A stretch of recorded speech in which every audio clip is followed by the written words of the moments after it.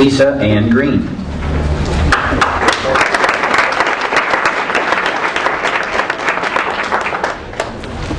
Good evening. I am the Green Party candidate, Lisa Green. And it is my real name, birth name, by the way. I am unopposed, so you will see me in November. And I have to say, I am the most grassroots candidate and the one with the least fundraising. This is about people. This is about Earth. This is about getting us back in balance. I'm not a one-issue candidate because I know that everything is interconnected with life, just like our planet is with this universe. We have to understand that. We have to protect our environment. We have to walk in balance. I have 20 years in corporations doing critical operational management and budgeting in very fast-paced, chaotic industries, global real estate, human resources, and technology. I left that to start my own small business. I'm an artist, and I create organic products, try to educate people about organic materials, and using messages that what I call educate, advocate, and liberate thought. I'm also an advocate for the environment as well as social justice issues, focusing mainly on homeless rights. So some of the things I stand for, since I don't have a lot of you in front of me all the time, are I'm a support single-payer health care. I actually believe, thank you. I actually believe we should have a state bank in California, which will help us economically, because we can infuse local banks and credit unions with a lending ability, and we could get people out of corporations. I would like to get more people into small businesses. I want to push things back to local enforcement, local controls, local power. I also believe in full legalization of marijuana, of cannabis. I will tell you that. I don't think it's a bad thing, and I think we need to embrace that. I also want to grow industrial hemp. That's a critical thing, and that could be a very big economic boost. We can do that using state bank. We can help our farmers get back to their own businesses through agriculture. Some of the other things I believe in are marriage equality. I would like to change the supermajority, change that so we can raise revenue where it's appropriate. Some of the other things are corporate welfare. How could I forget that? I'm Green Party. We don't take corporate donations. I apologize. We don't take union donations. And I'd like to say that I think we need to ask corporations to pay their fair share.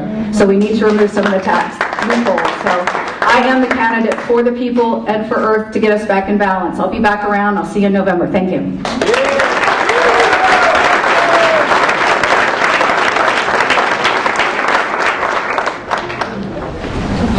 Kate Anderson.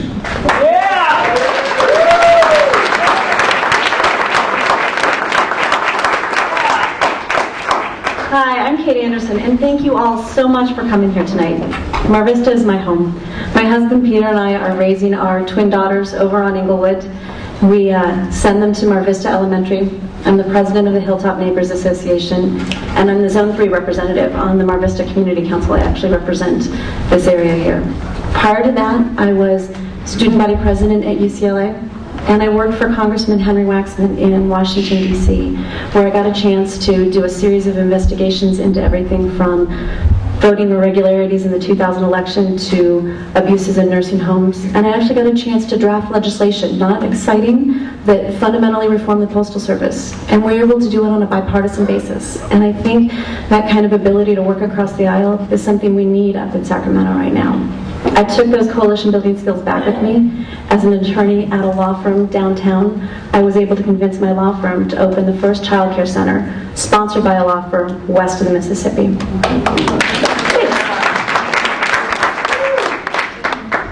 And I want to go to Sacramento right now because I think that the train wreck we've got up there creates a real opportunity to make some changes that we've needed for a long time and haven't had the political will to make. We need to get rid of this 2/3 budget requirement that is strangling us and causing us to have a budget that's never passed on time, never spending within our means, and is not prioritizing what matters to California. We need to reform this out-of-control initiative system that is blocking 82% of our budget and that has now become a tool of the special interests. We don't need to get rid of it, but we need to reform it so that legislators up in Sacramento are doing their jobs and not asking the voters of California to do it. And we need to prioritize education from top to bottom. On the top, California used to have a system of higher education that was the envy of the nation and arguably the world, because we had this master plan for higher education. We've been deprioritizing that system to our peril. We used to spend 17% of our budget on higher education. We now spend 9% of our budget on it. One Berkeley professor wisely described it as eating our seeds. And it's bad for California's kids, and it's bad for California's economy. On the bottom, education, as every parent here knows, education begins at birth, and all children in California should have access to high-quality childcare.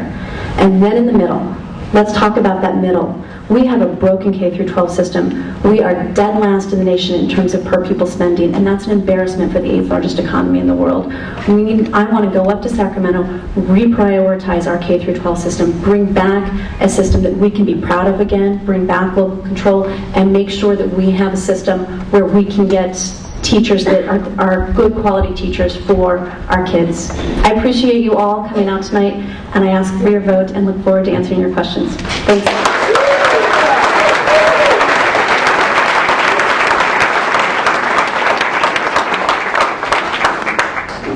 James T. Lau.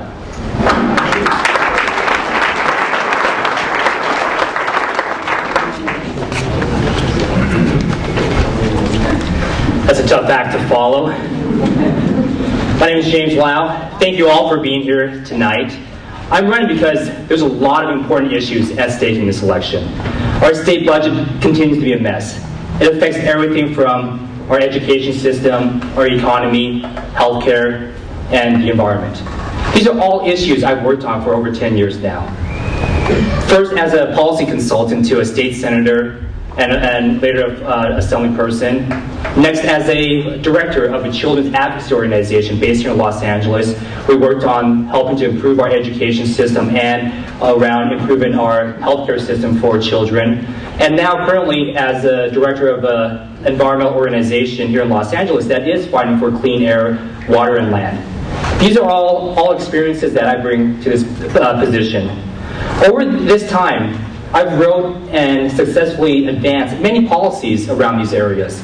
And I'll give you a few examples. One is a creative public-private partnership that helped to generate $100 million in new revenue for the state.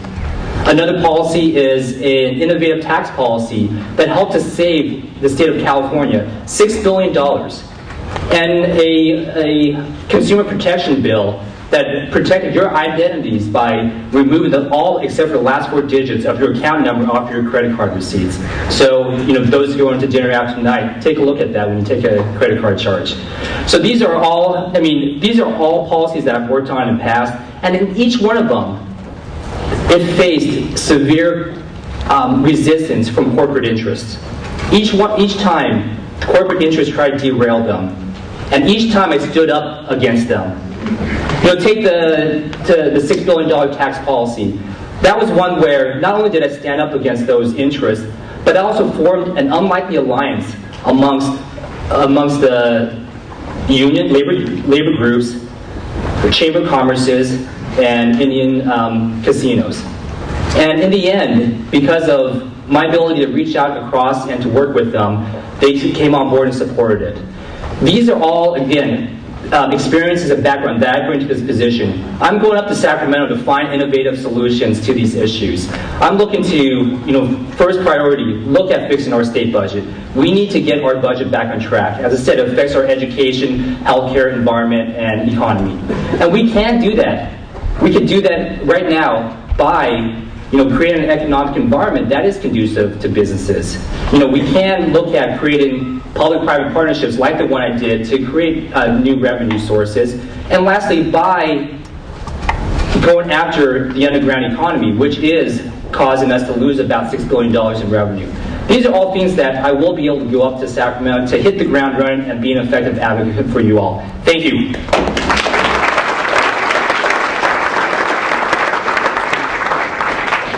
Betsy Butler.